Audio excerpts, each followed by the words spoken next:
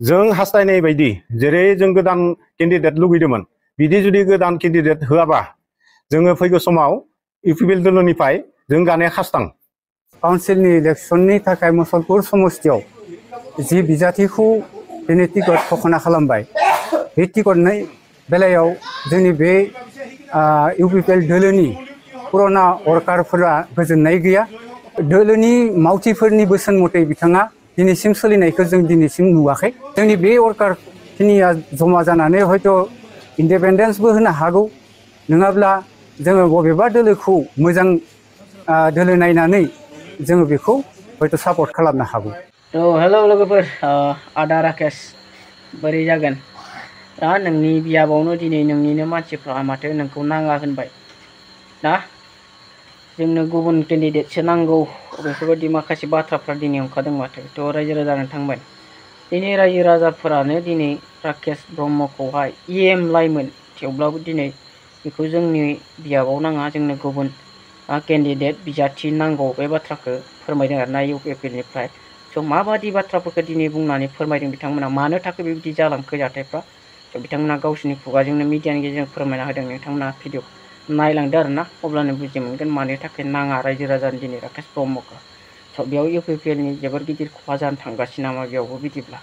ना थ' नायलांदो भिडिअखौ बिदिब्ला जिहेतु 5 बोसोराव जोंनि बे प्रेस मिट दिनै होनायनि थांखियानो जाहैबाय फैबाय थानाय जितु काउन्सिलनि इलेक्सननि थाखाय मुसलपुर समस्तियाव जि बिजाथिखौ दिनै टिकट घोषणा खालामबाय बे टिकटनि बेलायाव जोंनि बे इउपिपिएल दोलोनि पुराना वर्कारफोरा गोजोननाय गैया बेनि थाखाय जों दिनैनि बे प्रेस मिटखौ होनाय जादों जोंहा जायनि थांनाय जितु 5 बोसोराव जों पुराना वर्कारफोरा दा होनाय गोदानै बिजाथि होजानाय बिथां EMमोन बिथाङा दा बिथाङा जोंखौ जिबायदि अबस्था खालामबोबाय जों इमान खस्थ' सैज्य खालामनानै जोङो बिथांखौ देरहाहोनायनि उनावबो जोंखौ बे 5 बोसोराव जेबो नायफिनाखिसै जोंखौ जोगारनानै फारसेखै दोननानै गुबुन गोदान वर्कार लानानै बिथाङा बे 5 बोसोरखौ सालायबोबाय बिनि थाखाय जोंहा गोजोननाय बेनि थाखाय दिनैनि बे प्रेस मिटखौ होनाय जादों बे जाहोना जाहैबाय जों पुराना वर्कारफोरा बिथां खामानि मावनायखौ जुदि गोरोन्थि मावदोंब्ला बेखौ जों आसि दिन्थिना होनायनि थाखाय बेफोरखौ बिथाङा गाज्रि मोननाय लोगो लोगोनो बे वर्कारफोरखौ बिथाङा साइड खालामना दोनो दोलोनि मावथिफोरनि बोसोन मथे बिथाङा दिनैसिम सोलिनायखौ जों दिनैसिम नुवाखै बिनि थाखाय जोंहा गोजोननाय गैया दा जोङो फैगौ इलेक्सनाव बिथाङा जुदि बिजाथि महरैनो बेवहाय गेलेगोन जेब्ला जोङो फैगौ जिखिनि सम दंबावो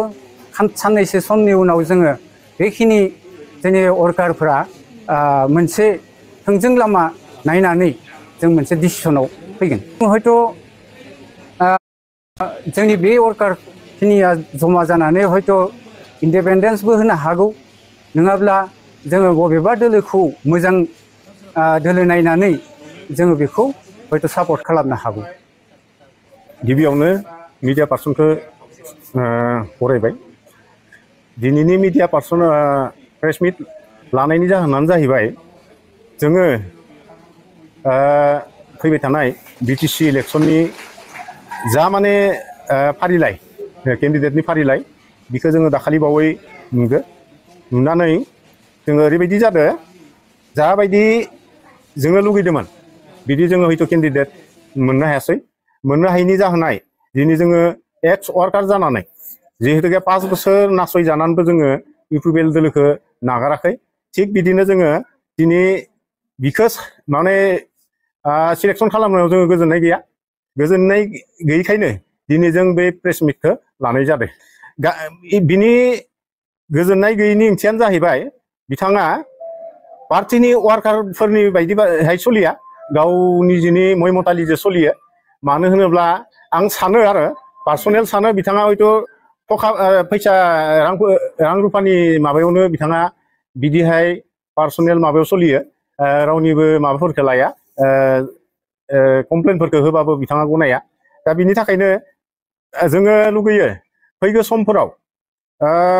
जिहेतुके जोंहा बिसायख'थिया जानो थांगासिनो दङ बेयाव जुदि जोङो मोजां केन्डिडेट मोनाबा होमबानिया जोङो साननैसो उनाव आरो डिसिसन लाबावगोन मानो होनबा जोङो मा खालामनो हायो जों नायनोसै दङ निस्सय दङ दंनायखायनो दिनै बिदि जथुमनो नांगौ जाहैदो मानो होनोब्ला बिनि मावनाय दांनायाव जोंहा वार्कारफोरा गोजोननाय गैया खायनो दिनै जोङो बिदि मिडियानि सिगाङाव जोङो फकासाव फैनांदो आरो लोगोसेनो जोङो मालाबानो जोङो मिडियायाव फैयो मानो होनबा जोङो पार्टिनि सनमानखौ लाखिनानै फैथ'वाखैमोन बेखायनो फैयाखैमोन जों पार्टिनि सनमानखौ लाखिनो थाखाय फैयाखैमोन आरो दिनै जों फैनांगौ बायध' जादों जिहेतुके लिस्टआव बिनि नामखौ जों नुबाय जों